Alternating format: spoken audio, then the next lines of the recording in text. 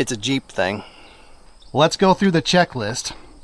Cringy motto, off-road bumpers, shackles, never been used of course, guards on the lights, big meats with aftermarket rims, looks like a lift kit. I'm gonna give these a pass as rock sliders. I think they're just running boards, but at least they were trying. Got some extra lights up front. It's not too bad. I will have to take away some points though. No winch, no snorkel, no high lift jack, no Jeep grill keychain. And what do you call this? That is not nearly enough ducks on the dashboard. 2015 Jeep Wrangler. It's got a couple codes, one for the thermostat and one for an oxygen sensor. All right, I'm gonna fire it up. We'll see how long it takes to get up to temperature. And I'm in generic OBD2 mode because the normal mode, it will lie to you. So we'll see how this thing does. It should take about, I don't know, it's pretty hot today. I would think maybe 7 or 8 minutes to warm up, something like that. Okay, 7 minutes. We're at 154 Fahrenheit. I'm gonna give it a couple more minutes. If it's not up to 200, I think we're putting a thermostat in it. 11 minutes. And we're only at 170, so it's getting there, but it's just taking too long. That's why we're getting the code. So yep, time for a thermostat. What do you want to bet this Jeep's never been in 4-wheel drive? I would guess 98% of the vehicles I work on that are 4-wheel drive have not been put in 4-wheel drive in the last calendar year.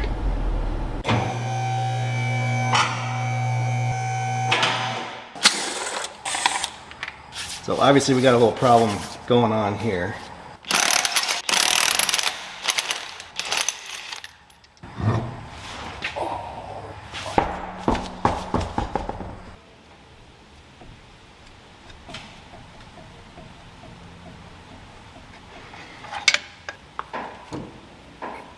Oh man.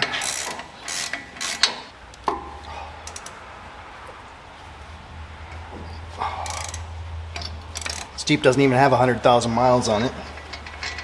It's kind of crazy that the ball joints are already smoked. Then again, it is a Chrysler product. Although I think this is a Dana axle.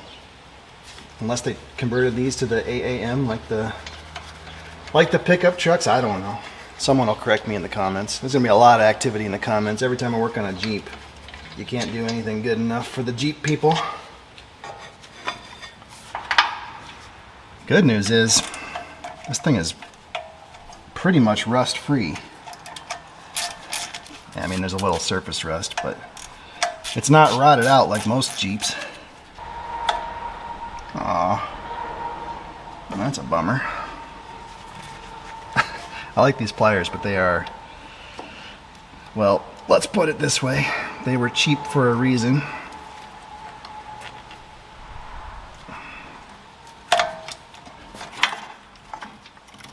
This brake line bracket is not necessary for the ball joints, but we're gonna need that later for this little problem. Yeah, so this is the lift kit. It's just a rubber spacer jammed in above the spring, and she didn't last. Look at that. Wish the other side would have come off that easy. Of course it has a lock on it. Why wouldn't it? You wouldn't want your wheel speed sensor to just unplug itself.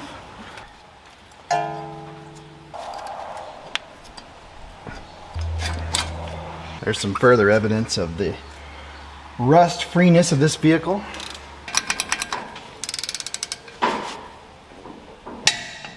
Oh. I don't know why they thought these 12-point bolt heads were a good idea. I suppose there probably wasn't room for the regular bolts.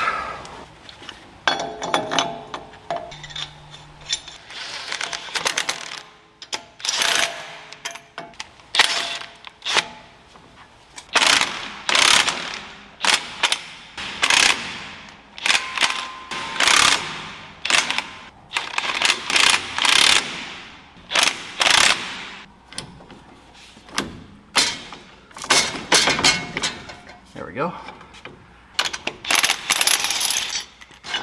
All right.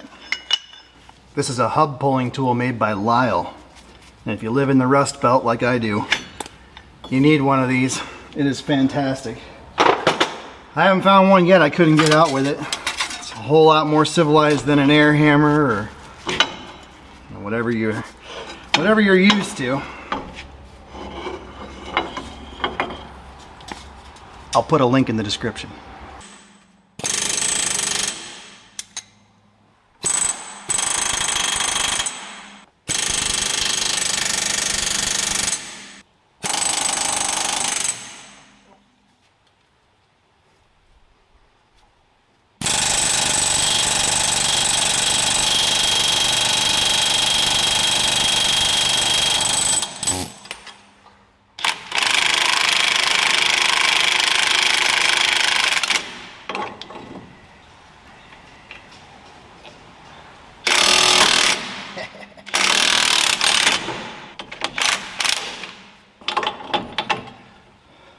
Got a little problem. So that looks like the right one for the top, but this one, it says 3185 on the box, but that is not a 3185 ball joint. At least not like any one I've ever seen. So that's not gonna work. Well, we'll try it. It's not very pretty. The problem is, you know, the knuckle it's tapered, so you can't just put a regular adapter on it. It's also not the best to be pushing on the top of this ball joint. You should really push on the shoulder. But I don't have the right adapters. I think I'll get away with it because this is not really a ball joint. It's just like a swivel joint. It's actually designed to float up and down. If things tighten up a little bit, it shouldn't be the end of the world.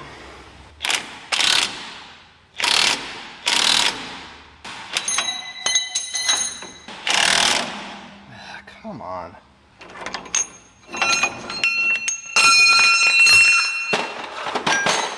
So on the other side, I was able to push it in from the top, but for whatever reason, the geometry is different over here, and I can't get a straight shot at it.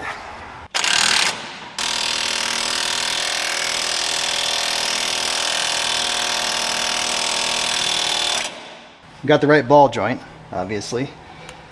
And then I've got this unholy mashup of adapters and collars and spacers.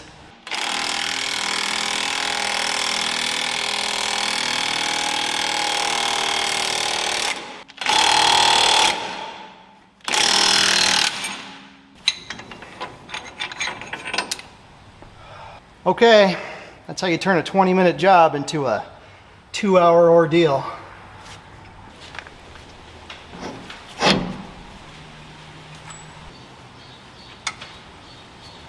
I don't know, that big gap doesn't seem quite right.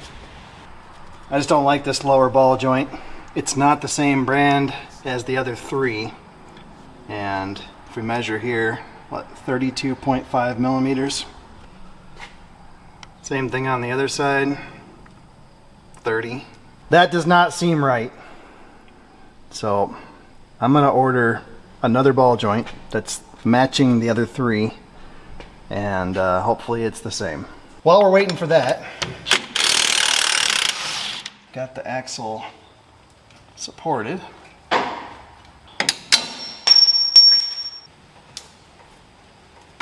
Oh, that's fun.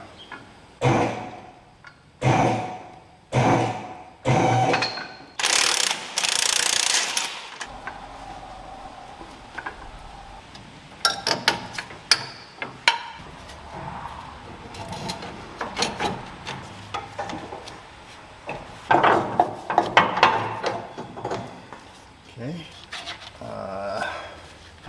here's the new spacer. Is it supposed to go under the isolator or in place of the isolator? Like that? Or like that? I'm gonna have to read the instructions, I guess. According to the instructions, the spacer goes on first, and then the isolator, which is backwards of how it was, which might be why they Didn't last. Also, according to the instructions, you're supposed to take loose like every bolt on the suspension, which is, we're not doing that.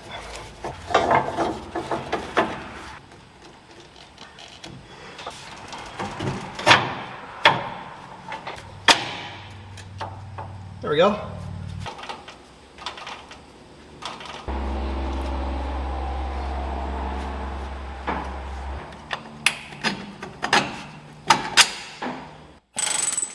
So I went out and bought the exact same brand of lower ball joint as I used on the other side, and it's not the same. It's the same as this one. That's from a whole other company. It's got the same part number. I mean, it looks identical.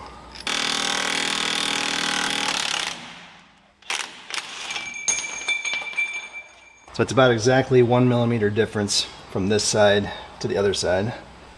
I guess I can live with that. I never really paid attention before, I guess, when I was doing this. I don't know what's normal. I mean, obviously there's going to be some variation in the, the manufacturing process, but I wouldn't think it would be that much.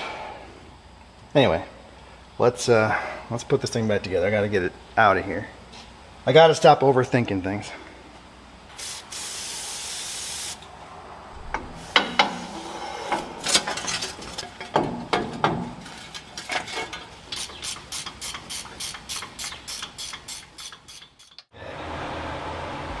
Well, I'm calling the ball joints done enough.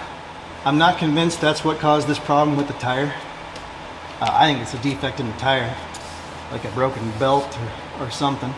It doesn't seem like it's too far out around, but you can see it's got a ton of weights on it. I think that was just bad luck. Anyway, on to the next problem.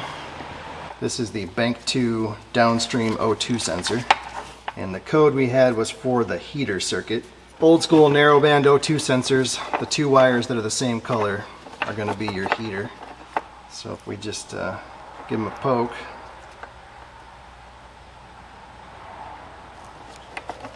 what?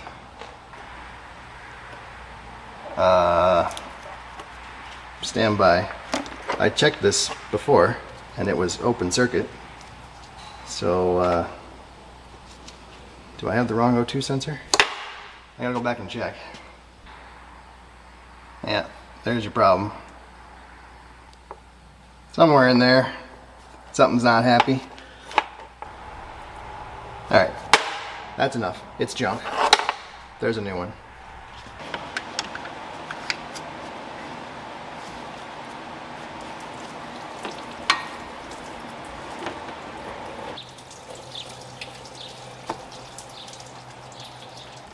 Well, I don't see anything wrong.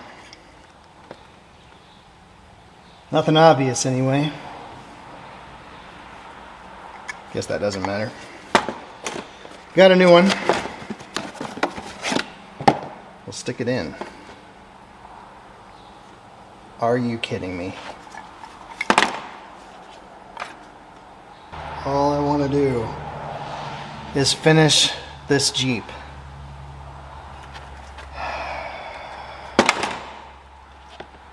Stand by. I'm gonna go find the right thermostat. This will be parts trip number 4, I think. I could have stayed in bed and made more money. This is the right part number, but this is not the right part. It's exactly the same situation as the ball joint. So I don't know what is going on. I got a new one. It looks like the right one. I'm gonna put it on. I don't know what's going on. I don't know if I want to play this game anymore. I quoted this as a 4-hour job, and I've got about 6 hours just in tracking down parts.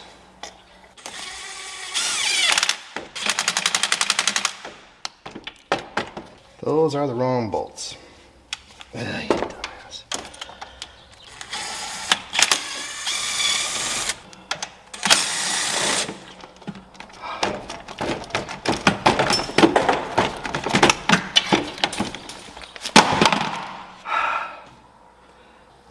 I need a break. I think my brain is cooked. I just spent probably 30 minutes completely tearing apart this bench slash office area, trying to find the paperwork for all the parts I bought. You know, the parts that weren't right and didn't fit. Could not find it. I mean, couldn't find it anywhere. And I just happened to peek out the door. And what do we have here? Yeah, that's it.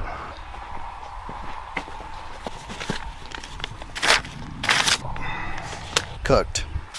Completely cooked.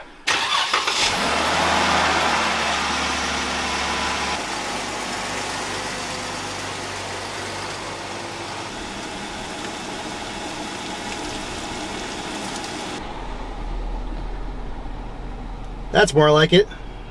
Already at 194. It's been running for, let's see, 460, about seven or 8 minutes. Good deal. Notice anything missing? They didn't have you install a winch? No winch. No winch. No snorkel. They have these floodlights. So in, was it World War I or World War II? World War II. World War II. Didn't know that. To maximize it. Yeah, I learned that on the History Channel back when we had, you know, cable. When the History Channel was actually about history? Yeah. Set people on the back. I don't know if that was like the vehicles that made us or something. You can sit them There we go. Thermostat just opened. get rid of the extra wheel. Good. We're done. Finally. Good. The Jeep is done. It's gone. I've had a chance to cool off, figuratively and literally. Man, it was hot last week. All that's left is the old man yells at cloud portion of the show. I know I get a lot of mileage out of whining about the auto parts situation. The thing is, every time I think it can't get worse, they figure out a way. I looked at this thing a week before we started the job. I ordered all the parts. I had everything sitting here ready, and I ended up with 2 parts that were the right box, right part number, wrong part. I ended up with 3 separate lower ball joints requiring 4 separate trips to 4 different auto parts suppliers. It took me the better part of 6 hours just figuring out how to get all these parts. That was more than the whole job. I don't know where this is headed. The price keeps going up, the quality keeps going down. I just went back and looked, pulled up some invoices from 2020, 5 years ago. Oil filters up 67%, thermostats 20%, brake pads 33%, brake rotors 41%, oil 99%, speed sensor 48%. The only outlier was a Dorman valve cover. It only went up 2%. On average, all the parts total were up 44% in 5 years. And my labor rate here in the shop up 47%. So consumer price index went up supposedly 25% in that time. So the auto industry is doubling that. I read somewhere that the total cost of ownership for a vehicle in the U.S. it's close to my numbers. It's up about 40% in 5 years. And things like insurance have also gone crazy. So I don't have answers. I just want to fix cars. And some days that is not an easy thing to do. Yeah. All right. Thanks for watching. How about some more junk parts? This guy brought this truck in. He said something was draining his battery. And I hooked up the meter. Had about 11 milliamps of parasitic draw, which is basically nothing. This is a J4, so October of 2024. What, 9 months old, 8 months old? We're gonna go about 425, and we're gonna try to stay above about 9.5 volts for 15 seconds. And you can see we're already in trouble. We're in big, big, big trouble.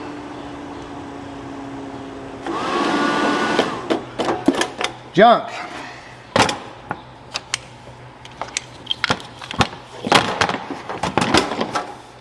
Which is fine. You know, you get a junk battery every once in a while. The problem is, 5 years ago, I could buy almost any automotive battery for between $90 and $110. And that's wholesale, you know. But try buying a car battery for less than $200 now. It's not going to happen. And they certainly haven't gotten any better.